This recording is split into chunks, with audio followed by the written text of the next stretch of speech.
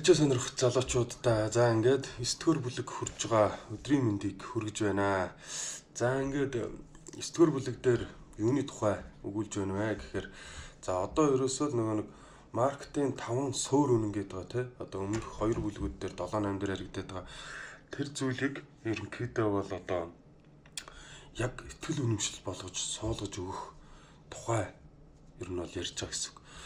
Гэхдээ энэ ихтгэл үнэмшлийг за бид нар бол яг аливаа зүйлийг ингээс мэдээд ойлгоод авчин. За одоо яг энэ 9-р бүлгээс өмнөх 8 бүлгийг ингээс сонсоод уншаад авсны эцэст энэ л юм биш тэгээ ойлгоод авчиж байгаа. Гэвч ойлгосон зүйлийг яг одоо өөртөө бүрэн суулгана гэдэг бол ерөөсөө маш хэцүү зүйлээ тий. Энийг бол ингээл за ингээл болоо гэж суулгачдаг юм бол биш ээ. Тэгэхээр нөгөө нэг өмнөх бидний одоо маркетд байсан тэр ихтгэл үнэмшлийг байхгүй болгож шинэ ихтгэл үнэмшлийг оруулна гэдэг бол маш их одоо хүнд байдаг. За тэгэхээр энийг бол одоо оруулах бол одоо дасгалыг бол одоо 11-р бүлэг дээр бол одоо хамгийн сүүлчийн бүлэг дээр бол зааж өгнө. Тийм учраас бол одоо санаа зовох хэрэггүй гэдээ бол ерөнхийдөө номын зохиолч маань бол хэлсэн байна. За мөн бол одоо ихтгэл үнэмшил гэдэг зүйлийн тухай тэгээ одоо Боб гэдэг өөрийнх нэг арилжаач нэг ярьжсэн шүү дээ. Нэг магадлалаар сэтгэдэг гэж бодсон боловч сэтгэдэггүй байсан гэд. Нэг жилийн нэг одоо 100-200% өсөлтийг дансандаа хийх хэрэгтэй байтал нэг 12-оос 18% хийдэг маш бага хийдэг байсан. Энд гээд за тэр хүн бол яг нэг ихтгэл үнэмшил гэдэг зүйлийг бол тэг нэг магадлалаар сэтгэх гэдэг ихтгэл үнэмшил гэдэг зүйлээ бол оруулаж чадаагүй байсан те тэрийг бол санах хэрэгтэй гэж хэлсэн байна. За мөн одоо бид нэр төдийгөөс өдий хүртэл за би бол одоо ингээ 3 дахь жилээ дуусаад одоо ингээ 2 4 дахь жил рүүгээ орж ирээд явах хугацаанд тий за маш олон одоо маркетинг ихтгэл үнэмшлийг суулгаж за маркетинг бол одоо 100% таах боломжтой гэдэг сэтгэлгээгээр одоо янз бүрийн арга барил техник шинжилгээ судлаад яваад байсан. Гэвч эцсийн бүлэгтээ би эргээд бол одоо өөрийнхөө одоо ашиглаж байгаа арга барил руугаа эргэж ирсэн. За яагаад тэгэхээр өөрийнхөө одоо ашиглаж байгаа арга барил руугаа эргээд ороход ерөөд надад арай илүү ашиг өгдөг байсан юм гэдэг үднэс нөгөө нэг юуныхээ ирэхээр бол орж ирсэн. За тэгэнгүүт номын зохиолч нь юу гэдэг нь нэхэр 100% гэж итгэж ингэж явсараа байжгаад эцсүүлд нь ингээд 100% гэдэг нь байдгүй байна гэдээ ойлгох тэр мөчид одоо юуг ойлгоод өгөхөр бид нар хууль бус мэдээ те одоо нэг юу болох гэж байгаа гэдгийг бүр хууль бусаар одоо нууцаар тэр мэдээллийг олж авч л арилжаанд орвол 100% гэдэг зүйлийг бол барьж авах юм байна гэдгийг ойлгоод за тэгвэл цаашаа магадлалаар буюу те одоо объектив сэтгэл зүйн одоо байдалтай байх хэрэгтэй тий объектив сэтгэл зүгээрээ сэтгэж бол ерөөсөн хүмүүс чаддгүй маа дандаа одоо нэг юугаар яваад идэг гэд яриад байна. За тэгэнгүүт одоо тэ дандаа одоо бид нэр ингэж муу мэдээ бол хэлэхгүй. За ер нь бол одоо 11-р бүлэг дээр бол одоо энэ асуудлыг шийдэх дасгал ажлуудыг бол хийн. Тэгэхээр одоо та бүхэн санаа зовлтгүй гэж бол одоо хэлсэн байгаа. За тэгээд ерөнхийдөө бол яг хөө 9-р бүлгийн ерөнхийдөө бол одоо төгсгөл одоо юун дээр одоо хоёр асуулт тавьж байгаа. Та юу хийж байгаа болон яагаад үүнийг хийж байгаагаа бүрэн гүйцэд ойлгож мэдэж байгаа тохиолдолд тухайн дасгалууд таны сэтгэл зүйд бүрэн гүйцэд үйлчилж чаднаа. Тиймээс ч энэ бүлэг болон дараагийн бүлэг эдгээр хоёр асуултан дээр төвлөрөх болно гэж. Юуг хийж байгаа, яагаад үүнийг хийж байгаа гэдэг хоёр одоо асуултан дээр илүү төвлөрнө гэдэг чи. За тэгэнгүүт энэ номыг орчуулсан орчуулагч маань өөрөө за яг 9-р бүлгийг бол ингээд яг орчуулж байгаа хэвчээ ингээ ойлгохгүй жоохон толгой эргүүлэх юм их байсан. 2-оос 3 уншиж нэг юм ч юу ойлгосон гэж байгаа. Тэгэхээр би бас нэг 2-оос 3 уншижсэн байгаа. Тэгээд ямар ч гэсэн ойлгуулахын хэмжээнд ерөнхийдөө ярьж өгөх болно. Тэгээд ямар ч гэсэн 9-р бүлийн төгсгөлд бол одоо орчуулагч маань хэлсэн байгаа. За би бол яг одоо энэ зүйлийг 9-р бүлийн эхлэлдэр ингээд хэлээд өгч байна. За ингээд хэдүүлээ ихтгэл үнэмшлийн гарал үүсэл гэдэг дэд сэдв рүүгээ орцгоё. 9-р бүлгийн 1-р дэд сэдв ихтгэл үнэмшлийн гарал үүсэл гэдэг сэдвээ ярьж эхлэе. За энэ сэдвийг бол ярих эхлэлдэр бол ерөнхийдөө ихтгэл үнэмшлийн үн чанарын талаар бид юуг сурч мэдэж болох вэ? За хоёрт нь тогтмол амжилттай трейдер болох хүсэл сонирхлоо биелүүлэхэд туслах сэтгэл зүй үүсгэхийн тулд ихтгэл үнэмшлийн талаарх мэдлгүүдээ бид хэрхэн ашиглаж болох вэ гэдэг ерөнхийдөө хоёр сэдвийг, хоёр асуултанд бол хариулах гэж оролдоно гэж байна. За тэгэнгүүт бол одоо бидний яг одоо энэ нэгдүгээр дэд сэдвийн ярианд л одоо за цэвэр мэдрэхүйд дээр нэмэх нь дурсамж дээр нэмэх нь хэл, за нэмэх нь үзэл баримтлал ойлголт гэдэг ерөнхийдөө одоо энэ томьёог бол ярьж байгаа. За энэ томьёог бол одоо юу илэрхийлээд байна вэ гэхээр бидний одоо дурсамж буюу одоо бид нар өөрсдөө хүүхэд байлаа гэж одоо дөнгөж төрсөн хүүхэд, нялх хүүхэд. За дөнгөж тэр бол цав цагаан цаас үүдэг. Дөнгөж тэр бол одоо өөрийнхөө дурсамж болон одоо өөрийнхөө мэдлэг одоо ямарваа нэг одоо зүйлийг мэд сурч мэдэх, за ямарваа нэг зүйлийг дурсамжин дээр ерөнхийдөө нэмээд ингээд хэл гэдэг зүйлийг. За одоо миний одоо яг ингээд чамд ярьж байгаа миний монгол хэлээр ярьж байгаа одоо энэ зүйл бол ерөнхийдөө чиний тархинд ерөнхийдөө холбогдож, за үзэл баримтлал буюу ойлголт гэдэг зүйлийг үүсгэдэг гэж байна. За энийг бол одоо жишээгээр юу гэж авч үзэж байна гэхээр за хэрвээ магадгүй бид нар одоо юу яаж гэнэ гэсэн үг. За нэг бага насндаа за маш их ээж аавын хайранд өссөн хүүхэд байлаа гэж бодъё. За тэгэнгүүт ээж аавын хайр халамжтай айгүй хайрыг мэдэрч чадсан хүүхэд амьдрал гайхалтай гэсэн одоо өгүүлбэр энэ хэллэгийн ойлголтыг ерөнхийдөө бол одоо маш сайн ойлгож энийг бол одоо дурсамжиндаа үлдээчдэг гэсэн. За тэгвэл эсрэг ойлголтоор юу вэ гэхээр багада эцэг гэхийн хайр инэрлийг хангалттай мэдэрч чадаагүй хүүхэд байлаа гэхэд амьдрал шудраг биш. Эсвэл энэ хорвоо их хатуу гэх мэт одоо ойлголтуудыг өөрийн муу мухад дурсамж болон мэдрэмжүүдэд холбон үр дүнд нь харин амьдралын талаарх сөрөг мэдлэгтэй болж үлдэнэ гэж. Тэгэхээр бид нар нөгөө нэг амьдралын талаарх эерэг мэдлэг болон сөрөг мэдлэгийг бас одоо хэл гэдэг зүйлээр холбож өгүүлбэртэй үг гэдэг зүйлтэй холбож бол бид нар ингэж үлдээдэг гэсэн үг. За тэгэнгүүт ерөнхийдөө бол одоо дараагийн үндэр нь болохоор за одоо ямар ч тохиолдолд одоо туршлага болон дурсамжийн сөрөг аль эсвэл эерэг инээрийг бидний ойлголт гэж нэрлэдэг одоо нэрлэж тодорхойлдог үг үгсийн багц өгүүлбэртэй холбогдоход тухайн ойлголтын энергичж эцсийн үр дүнд нь бидэнд бодит байдал буюу амьдралын мөн чанарын талаарх итгэл үнэмшил үүсгэдэг гэж.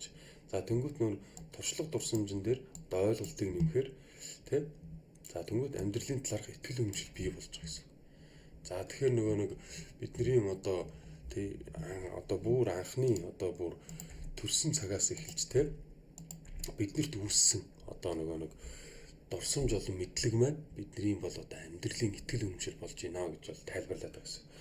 За тэнгүүт хамгийн сонин нь одоо бид нар одоо хүмүүсээс буюу одоо та өөрсдөөс асуугаад үзээрэй гэж. За юу гэж асууваа гэхээр итгэл үнэмшил гэж юу юм бэ гэхэд хүмүүс хариулж чаддаг гэсэн. Итгэл үнэмшил гэж яг одоо юу хэлээд байгаа юм бэ гэдэг. За тэнгүүт харин эсрэгээр нь нүд, хамар, чих, шүд, ам ямар үүрэгтэй вэ гэхэд тэрийг шууд хариулж чаддаг. Тэгсээр хамгийн гол энэ итгэл үнэмшил гэдэг зүйлээ ойлгодог вэ гэж. За тэгэнгүүт итгэл үнэмшил гэдэг зүйл маань бидний одоо амжилтанд хүрэхгүй. За бид нар бол ингээд бие өвдөд ямар нэгэн өвдөхөд яаралтай эмнэлэгт үзүүлээл энэ тарай хэрэглээд ингээд засаж мэддэг хэрнээ одоо ингээд биеинд болж байгаа зүйлээ мэддэг хэрнээ итгэл үнэмшилт маань буруу зүйл суудсан байна буруу код програмчлал явцсан байгаа гэдгийг хизээч олж харддаг ойлгодог гэсэн. Яагаад амжилтанд хүрэхгүй байгаа? Яагаад өглөөс эрэхтэй бид нар сэтгэл утралтай босдог? Өглөө болго нэг юм ингэж авчидаг. Энэ бүх зүйл юу гэхээр бид нар итгэл үнэмшилтээр суурилсан програмчлал буюу итгэл үнэмшилтээр бүх зүйлээс бидний амьдрал ийм болоод байгаа гэдгийг ойлгодог бүх хүн. Энийг хэрвээ ойлгоод дахиж шинээр програмчлаад өөрчилж чадах юм бол амжилт биднэрт бол хүрэхэд ойрхон байна гэдгийг бол номын зохиолч минь бол одоо яриад байгаа гэсэн.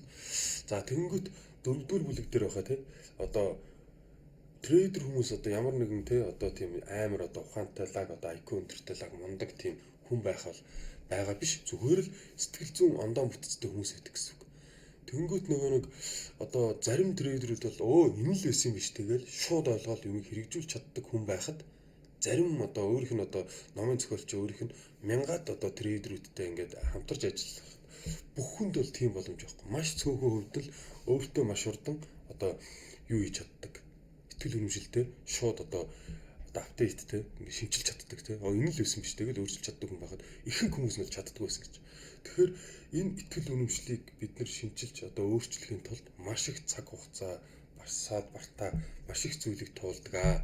Гэхдээ бид нар бол одоо номын 11-р бүлэгт одоо энэ дасгалыг бол хийн. Тэгээд энэ дасгалыг шинжлэх дасгалуудыг тэтгэл үнэмшлээ өөрчлөх энэ дасгалуудыг хийхийн өмнө бол заавал одоо энэ зүйлийг бол одоо маш сайн ойлгосон байх хэрэгтэй гэж бол одоо намын зохиолч маань яриад байгаа. За тэгээд ерөнхийдөө одоо яг энэ одоо дэд сэдвийн сүүлийн одоо өгүүлбэрийг уншаад өгье. За энэ дээр үгүйсэн хинч энэ хорвоод итгэл үнэмшлээ тээж төрдөггүй. Энэ нь бидний амьдралын туршид хоримтлагдж үүсч байдаг зүйл. Тул та биел буруу итгэл үнэмшилтэйгээд өөрийгөө буруутгахад байж болохгүй. Ихэнх итгэл үнэмшлүүд бидний бага байхад зөв буруугч ялгаж мэддэггүй байхад тогтсон байдаг. Хамгийн гол нь бид одоо үүнийг өөрчлөх бүрэн боломж байгаа гэдгийг санаарай гэж байна. За ингээд ямар ч гэсэн 9-р бүлгийн 1-р дэд сэдэв бол дуусч байна. За 2-р дэд сэдэв болох итгэл үнэмшлүүд ба тэдгээрийг бид бүгдийн амьдралд үзүүлэх нөлөө гэдэг сэдвийг одоо ярья. 9-р бүлгийн 2-р дэд сэдэв итгэл үнэмшлүүд ба тэдгээрийг бид бүгдийн амьдралд үзүүлдэг нөлөө гэдэг сэдвийг ярья. За энэ сэдвт бол ерөнхийдөө бидний одоо бидний итгэл үнэмшил бид бүгдийн өөрсдийн одоо ам амьдралтай салшгүй холбоотой. За ерөнхийдөө яг л салшгүй холбоотой. За энэнийг юу гэж яриад байна гэхээр бидний төрж өссөн улс, за хэл, соёл, одоо шашин улс төр нийгмийн байдлаас хамаарат бидний бүх хүний одоо итгэл үнэмшил өөр байдаг. Тэгэхээр энэ бол бидний одоо төрсэн цагаас эхлэн биднэрт суудаг ерөнхийдөө гол зүйл байдаг гэсэн. За тэнгөт бол яг номын энэ дээр нэг хэдүүлэн жишээг нь харъя зургийг. За тэнгөт энэ дээр энэ жишээ нь одоо цаатан хөөхөд. За Монгол дээл хувцастайгаа. За энэ бол Африк. За энэ бол одоо нэг Өмнөд Америкийн одоо энэ. За тэнгөт ингэж итгэл үнэмшлүүд бид бүгдийн амь амьдралд хэрхэн нөлөөлдөг вэ гэж. За тэнгөт дөрвөн одоо юу байгаа. За энийг уншаад өгье. За нэгдүгээрт бидний хөрөөлөн буу гадаад орчны аливаа мэдлэгийг итгэл үнэмшил нийцүүлэн хүлээн авч харахад хүрдэг. Хоёрт бидний хүлээлтийг үүсгдэг хүлээлт гэдэг ирээдүйн цаг руу тусгагдаж буй итгэл үнэмшил гэдгийг санаарай. Гуравт бидний гадаад орчин руу гаргаж буй бүхэл илэрхийлэл болон үйлдэлүүдийг итгэл үнэмшилтэй зохицонгүй байлгадаг. За дөрөвт нь хийсэн үйлдэлийнхээ эцсийн үр дүнд үзүүлэх сэтгэл хөдлөл болон одоо сэтгэл ямар байхыг шийддэг гэж байна. За тэгэхээр ерөнхийдөө бидний итгэл үнэмшил буюу дурсамж маань бүгдийг шийддэг байна шүү дээ. За тэнгуут номын зохиолч мань бол яг хөө энэ одоо өөрийнх нь бичижсэн. За би уншихгүй зүгээр тодруулаад ячи. За одоо өмнө бичижсэн номон дээрх нэг жишээгээ одоо татаад одоо ярьж байгаа юм. За энэ дээр юу байсан гэхээр за 1987 оны хавар за Чикаго одоо нэг телевизийн нэвтрүүлэгт одоо нэвтрүүлгийн одоо сегмент хөтөлбөр буюу за одоо энд бол одоо нэг нэвтрүүлэг явуулсан байна. За энэ дээр бол яг нэг судалгаа хийсэн байна л да.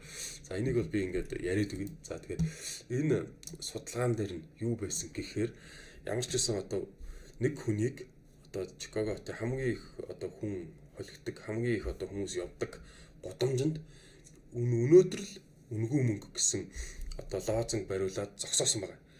Тэгээ зогсооход тэндээс ерөөсөө огт хүн ерөөсөө ирэхгүйсэн. Тэгээ ирэхгүй байгаа бүр нөгөө лозунг барьсан хүндээ болохоор одоо телевизийн найруулагч маань хангалттай мөнгө өгöd мөнгө асуусан хүний яг өгсөн тоогоор нь мөнгийг өгөөрэй гэд хэлэхэд ерөөсөө хүмүүс бол одоо тэрийг тойрч яваад огт тоохгүй. Мэдээж тэр самбарыг бол уншсан боловч огт ойртохгүйсэн гэсэн. За тэгэнгүүт энэ дээр нэг юу байсан гэхээр нэг л хүн бол одоо үнгүй мөнгө өгч байгаа юм. Тэгвэл би мөнгө авъя гэд автобусны мөнгө авъя гэд автобусны мөнгө авъя гэсэн гэж. За тэгээд сүүл рүүгээ тэр нэг самбар барьж байгаа хүн нь яасан гэхээр надаас мөнгө аваач ээ. Би ингээд мөнгө өгөө гэх бүр ингээд стресстэй бүр хэлсэн чинь хүртэл хүмүүс мөнгө өгөхгүйс гэсэн. Бүр зарим бүр тойр зүгтаагаад гэсэн гэж. За тэгэнгүүт энэ дээр бол одоо яаж ийн гэхээр тэнд байгаа одоо хэдэн 100 хүн тэр хүний хажуугаар явж байхдаа хизээч мөнгө үнгүй байдаггүй гэсэн одоо итгэл үнэмшилтэй одоо захирагдаад тэр хүнээс мөнгө асуух гэсэн. Яг тэгвэл мөнгө үнэгүй байдгүй гэдгийг мэдчих болохоор мөнгө заавал тэ хөдөлмөрлөж байж бид нар ажиллаж байж тэ тэгжээж мөнгөийг авдаг гэдэг итгэл үнэмшилтэй болохоор тийм үнэгүй мөнгө гэдэг итгэл үнэмшил огт байхгүйсэн болохоор тэр хүнээс огт одоо мөнгө нэхээгүй. За тэгэнгүүт хамгийн гоё нэг юу юм гэхээр тэр ганцхан одоо тэр автобусны мөнгө өгөөч гэдээ авсан хүн гэж. За тэр хүн нь болохоор гуйлгч хүн гэсэн гэж гуйлга байдаг хүн. Тэр хүн яадаг вэхээр ажил хийхгүй гуйлга ууцгаж хүнээс мөнгө авчдаг гэдэг итгэл үнэмшил байсан болохоор шууд очиод автобусны мөнгө өгөөч гэж хэлээд мөнгө авсан байна. Тэгэхээр бидний итгэл үнэмшил гэдэг зүйл бидний одоо амьдралын туршид явсан энэ итгэл үнэмшил гэдэг зүйл мань бол бас ийм асуудлуудыг л одоо гаргаж тавиад гэсэн. Яа бид нар ерөөсөө хизээч одоо итгэл үнэмшлээсээ болоод боломжийг алддаг магадлал маш өндөр байгаа шүү дээ. За мөн номын зохиолч мань энэ дээр бол нэг бас нэг одоо поинтыг илүү гаргаж ирж байгаа. За хэрвээ очиод за та надад за $10 илүү $100 өгчөө гэж эхлээд мөнгө аваад тэнгүүтээ одоо тийм тохиолдол гарсан гэж бодъё гэж байна.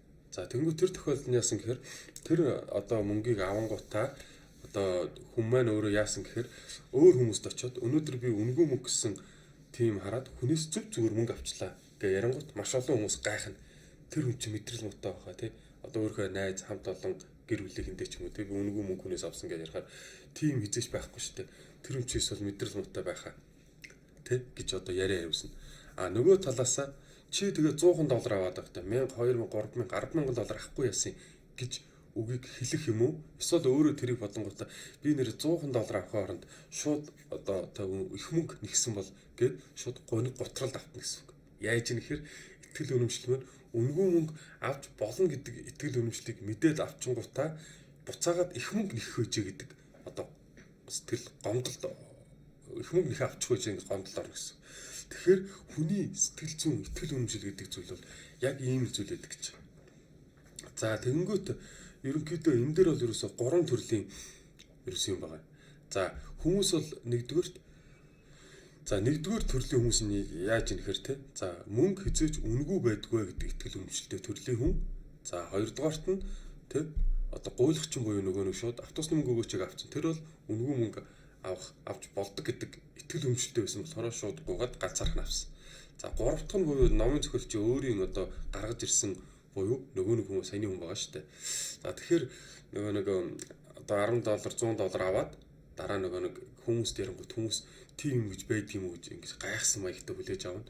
Давхар өөрөө би илүү мөнгө нэхэх боломж байжээ гэдэг одоо сэтгэл зүг бодлыг бодоод тэрэндээ одоо сэтгэл готрол тэ сэтгэл зүйн нэг тийм таагүй мэдрэмжийг мэдэрнэ. Би илүү авах боломжээс харамслалын тэ. За тэгэхээр ийм төрлийн 3 бол юу байна? За тэгэхээр ерөнхийдөө одоо бидний гол одоо яриад байгаа энэ дээр жоо point байна. За би энийг ингээд сүүлд нь уншаад өгье. За энэхүү жишээг цаашлуулна толгойд нь одоо самбар барьсан залуугаас илүү их мөнгө нэхэж болох байсан байна гэх бодол орж ирэхэд түүний сэтгэл зүй хэрхэн хуурахыг төсөөлцгөө гэж байна. За яг тий одоо яг саяны дээр 3 дахь залуу яриад та. За яг одоо бол тэрээр баяр баясгал сэтгэл ханамжаар бэлхэж байсан шүү дээ. Гэвч ихийг авч болох байсан гэх бодол түүний толгойг хальт эргэлдэхэд аль эсвэл болсон үйл явдлыг сонсож байсан хүн илүү их мөнгө авах байсан юм шүү гэх санааг дэвшүүлэхэд түүний сэтгэл зүй шууд шалдаа бууж сөрөг цэнэгтэй болж хувиран харамслаар дүүрэх болно. Яагаад вэ гэж тэрээр ямар нэгэн зүйлээс хоцрох аль эсвэл ямарваа нэг зүйлээс хоцрох за очроо. За аль эсвэл болсон ихийг авч болох гэдэг ойлголтоор халт за яагаад вэ гэж. За тэрээр ямар нэгэн зүйлээс хоцрох аль эсвэл хангалттай авч чадахгүй байх одоо дутагдлын талаарх сөрөг итгэл үнэмшилтэй автсан үүний үр дүнд олж авсан зүйлдээ одоо сэтгэл хангалуун байхын оронд тэр чадах байсан, ингэх байсан, тэгчих байсан гэсэн бодлуудаа баригдан гашуудах болно гэж байна. За тэгээд ямар ч байсан бол ерөнхийдөө бидний бол одоо номын 9 дугаар бүлгийн 2 дугаар дэд сэдв маань энэ үрээд өндөрлж байна. За тэгээд төлөө 3 дугаар дэд сэдв буюу итгэл үнэмшил болон үнэн гэдэг сэдв рүү орцгоё. За ингээд ерөнхийдөө 3 дугаар дэд сэдв итгэл үнэмшил болон үнэн гэдэг сэдвийг ярья. За тэнгуут за яг энийг бол одоо ярихад ерөнхийдөө саяны одоо тэр нөгөө нэг юу нэг үнгүй мөнгө гэсэн одоо тэр самбар барь зогссон юм дээр бол одоо 3 төрлийн итгэл үнэмшил гарч ирсэн шүү дээ. За нэгдүгээрт бол биднэрт нөгөө нэг энэ үнгүй мөнгө гэж хизээч байхгүй. Энэ бол одоо галзуу солиотой хүн байна гэж бодож байсан төрлийн хүмүүс те ихэнх нь тийм байсан. За хоёрт нь болохоор нөгөө нэг шууд автобусны мөнгө өгөөчөөг авсан гуйлагч нь те одоо нөгөө нэг итгэл үнэмшлэнд нь одоо тэр үнгүй мөнгө бол авч болно гэдэг итгэл үнэмшилтэй хүн байсан. За гурав дахь нь болохоор нөгөө нэг одоо $10 те $100 аваад шууд одоо хэдий үнгүй мөнгө байхгүй гэж бодож байгаа ч гэсэн юмыг ээж мэдхүүгээд аваад авсныхаа дараа илүү мөнгө авах байсан гэж нэ сэтгэл зүйдээ дараа нь одоо шаналсан гэдэг. За тэнгуут энэ гурван төрлийн одоо тэ сэтгэл зүйн одоо энэ зүйл маань итгэл үнэмшлээ тэ ерөнхийдөө үнэн ба худлаа тэ за мөн одоо зөв буруу гэдэг зүйлийг бидний одоо өнгөрсөндөх дурсамж болон өнгөрсөндөх биднэрт суусан итгэл үнэмшил маань хааж боогдуулдаг байна гэдгийг бол яриад байгаа гэсэн үг.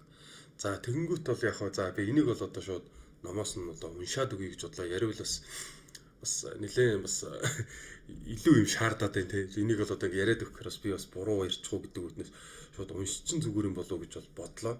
За тэгээд ингэж байгаа. Энэхүү гурван хөлбөрийн хоорондох зөрчилдөөн нь томоохон асуудлыг хөндөж байна. Хэрвээ итгэл үнэмшил хүний гадаад орчны мэдээлэл хүлээж авах чадварыг хааж хориг тогтоодог бол бид яаж зөв буруу үнэн худлыг ялах вэ? Бид зөвхөн өөрсдийн итгэл үнэмшилтэй зохицолдох мэдээллийг хүлээж авдаг гэвэл яг юу үнэн гэдгийг яаж мэдэх вэ гэж байгаа юм. За тэнгуут энэ асуултанд хариулахын тулд дөрвөн санааг бодолцох хэрэгтэй гэж байна. За тэгээд дөрвөн санааг нь уншаад өгье. За нэгдүгээр санаа. За бидний хүрээлэн буй гадаад орчин өөрийн эц төсөлгүй тоо томшгүй олон хөлбөрөөр илэрхийлэх боломжтой. Мөн байгалийн өвчин зүйлс болон хүн төрлөختний хийж бүтээсэн зүйлсийн хоорондох харилцан үйлчлэлийг нийлүүлэн дээр нь хүн гэдэг амьтан өөрийгөө илэрхийлэх тоо томшгүй боломжтой үйлдэлүүдийг нэмээд тооцвол ямар ч бүтээлч суу тухайтай хүний толгойг эргүүлэхүйц асар том их тооны бидний амьдрал өөр өрнөж болох хувилбарууд байна. Хоёрдугаарт нь бид хүрээлэн буй гадаад орчны өөрийгөө илэрхийлж болох бүхий боломжит хувилбаруудыг харж чадах супер чадвартай болохоос нааш бид итгэл үнэмшлийнхээ хүрээнд л байсаар байх юм. Хүний итгэл үнэмшил хүрээлэн буй орчны өрнөж болох хувилбаруудад хязгаарлагдмал хэдий ч тодорхой хэмжээний гаргалгаа гаргадаг. Тиймээс бидний итгэл үнэмшил хязгаарлагдмал хэдий ч бидний амьдрал бодит байдал болж өгдөг. За хэрвээ та хоёрдугаар санааг үгүйсгэж байвал үүнийг бодож үзээрэй. Бидний итгэл үнэмшлийн амьдрал буюу физик ертөнцийн 100% зөв тусгал байсан бол бидний хүлээлт үргэлж биелдэг байх байсан. Хүн бүрийн хүлээлт үргэлж биелэлээ олдог байсан бол бид мөнхийн сэтгэл ханамжтай байна. Физик ертөнц үргэлж бидний хүлээлтийн дагуу бидний хүслээр тогтмол өрнөд байхад бид баяр баясгал ад жаргалаас өөр юуг мэдэрнэ гэж тийм ээ гэж. За дөрөвдүгээрт нь хэрв та 3 дугаар санааг хүлээн зөвшөөрч байгаа бол та 2 дугаар санаагч мөн хүлээн зөвшөөрч байгаа юм. Хэрвээ бид мөнхийн сэтгэл ханамж мэдрэхгүй байгаа бол бидэнд бодит ертөнцтэй тийм ч сайн нийцдэггүй итгэл үнэмшлэлээр тулгуурлан амьдрч байгаа байхаа гэж байна. За тэнгуүтээ энэ дөрвөн санааг маш сайн бодолцсны үр дүнд бид үнэн гэж юу юм бэ гэсэн асуултанд хариулж чадна. Хариулт бол болж бүтчил байвал юу ч болно. Юу гэсэн үгүй. Хэрвээ хүрээлэн буй гадаад орчин эцэс төсвийн тоо томшгүй олон хөлбөрөөр өрнөх боломжтой байгаад бидний итгэл үнэмшил тэр олон хөлбөрүүдэд хязгаарлагдмал хэдий ч тодорхой хэмжээний хязгаарлагдмал гаргалгаа гаргадаг бол итгэл үнэмшил бидний тухайн цаг үед хийж бүтээх гэж буй оролдож буй зүйл зоригтой зохицож байхад болно гэж байна. За хүн бүрт гадаад хүрээлэн буй орчинтой харилцахад түлхэж болж өгдөг дотоод хүчин зүйлс байдаг. Сониуч зан, хэрэгцээ, хүсэл мөрөөдөл, хүсэл эрмэлзэл ба зориг.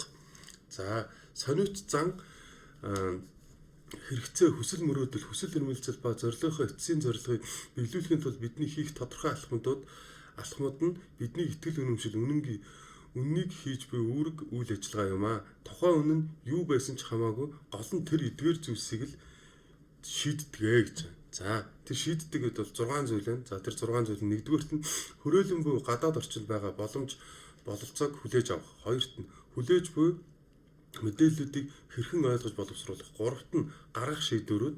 Дөрөвт нь бидний эцсийн үр дүнгийн талаарх хүлээлт. Тавт нь бидний арга хэмжээ болон хийх үйлдэлүүд. 6-ад нь гаргасан хүчин чармаалтынхаа үр дүнг дүнгийн талаарх ямар сэтгэлтэй байх гэсэн одоо 6 зүйлийг яаж ийн гэсэн. За тэгэнгүүт цаашаа за бид хийж бүтээх гэж оролдож буй зүйлдээ сэтгэл ханамжтай аз жаргалтай байвал бидний үнэн бидний одоо баримталж буй итгэл үнэмшлүүд хэрэг болж байна гэсэн үг юм аа. Бидний хүлээн авсан зүйлс бидний зориг борлон хүрээлэн буй гадаад орчинд боломжтой байгаа зүйлстэй нийцэж байна. Бидний мэдээллийг хүлээж авах үнцэг ойлголт хүрээлэн буй гадаад орчны нөхцөлтэй нийцсэн шийдвэр хүлээлт болон үйлдэлүүдийг одоо үүсгэсэн бидний бүтээхийг зорж буй хичээж буй үр дүнг буснуулах хүчин зүйлс гадаад орчин аль эсвэл бидний оюун ухаанд байхгүй байгаа тул бид сэтгэл ханамж аз жаргал сайн сайхныг сэтгэл хөдлөлтөй байдаг. Нөгөө талаар бид хэрвээ сэтгэл дундуур бухимдсан, төөрөгдсөн, цөхөрсөн, харамссан аль эсвэл итгэл найдвараа алдсан байдалд орвол бидний баримталж буй итгэл үнэмшил хүрээлэн буй гадаад орчны нөхцөл байдал буюу амьдралын нөхцөл байдалтай огт зохицож чадахгүй байна гэж тодорхойлон тухайн итгэл үнэмшлийг хэрэгцээгүй гэж үзэж болно.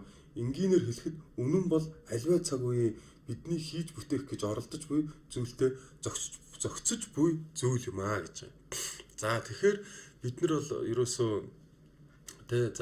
за тэнгуут яг нэг номын одоо орчуулагч маань өөрөө за ерөнхийдөө энэ яг энэ сэдвийг бол 2-3 удаа уншиж хийж бол утга санааг нь багаар одоо ойлгож гисэн гинэ. Тэгэхээр нэлээд олон уншиж байж ерөнхийдөө ойлгоорой гэж. За тэгэхээр би бас яг энэ зүйл яг одоо ингээд тайлбарлаж ярих гэж бас 2-3 уншсан. Тэгээд ямар ч гэсэн өөрийнхөө хэмжээд айлуулах ингээ яриа сэрүүлэх гэж оролдлоо. Тэгээд та бүхэн нь бас 9 дугаар бүлгийг өөрсдөө яг сайн уншиж ерөнхийдөө танилцаад дахин уншаад үзээрэй. За тэгээд минийхэр бол энийг бол яг юу гэж ойлгоод байна вэ гэхээр бидний ерөөсөө амьдралын одоо аз жаргал одоо элдв бензин сэтгэл хөдлөлийн одоо аз жаргалтай гоё сэтгэл хөдлөлийн зүйл маань эсвэл одоо аз жаргалгүй сэтгэл готрол одоо гуниж гутарж байгаа сэтгэл хөдлөл маань цэвэр бидний одоо итгэл үнэмшил дээр буюу итгэл үнэмшил гэдэг зүйл маань өөрөө бидний мэдлэг дурсамжнаас үссэн тэр итгэл үнэмшлээрээ бид нэр ирээдүг одоо тиймэрхүү тэгж мод ингэж магадгүй гэсэн зөвнөл гаргаад тэр зөвнөлийн буюу хүлээлт үүссний дараа бидний гаргаж ирж байгаа асуудлуудаас болоод ерөнхийдөө бидний сэтгэл хөдлөл одоо бидний хүснээр байсан байгаагүй гэдгээс болж бид нар бол ямар нэгэн сэтгэл хөдлөлийг мэдэрдэг байх нэ гэдгийг бол ойлгосон гэсэн. За миний ойлголтоор бол нэг богинохондоо бол нэг иймэрхүү ойлголтыг ал авсан байна. Гэхдээ та бүхэн маань өөрсдөө сэтгүүрүүлгийг бас яг өөрсдөө уншиж илүү сайн ойлгоорой гэж зөвлөё. За ингээд бидний одоо 10 дугаар дэд сэдв болох за итгэл үнэмшил арилжаанд үзүүлэх нөлөө гэдэг сэдвээр эргэж уулзтлаа. Түр баяртай.